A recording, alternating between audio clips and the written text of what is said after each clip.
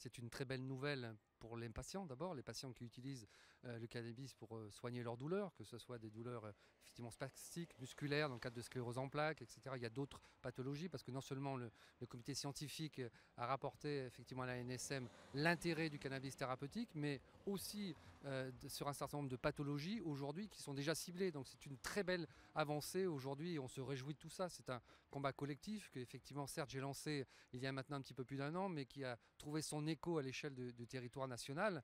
C'est important, on a pu faire la pédagogie, expliquer. Plus de 300 000 patients aujourd'hui utilisent le cannabis thérapeutique et demain, je l'espère, pourront l'utiliser d'une manière légale. Et ça, c'est une très belle chose. Qu'est-ce que ça va changer pour la Creuse?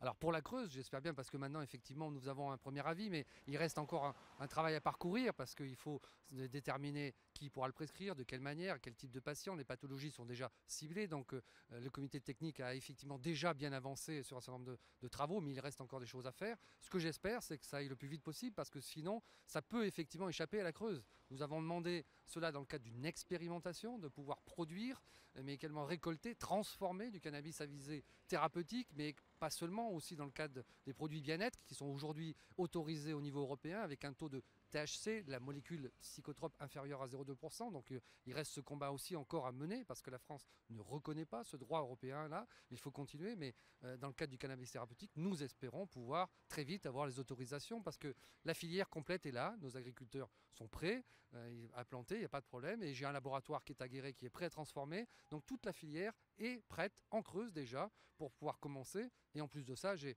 pas mal d'investisseurs, avec Jean-Baptiste Moreau également, des investisseurs américains, des investisseurs italiens, israéliens, qui sont prêts à venir et à mettre plusieurs millions d'euros pour créer les entreprises qui vont demain transformer.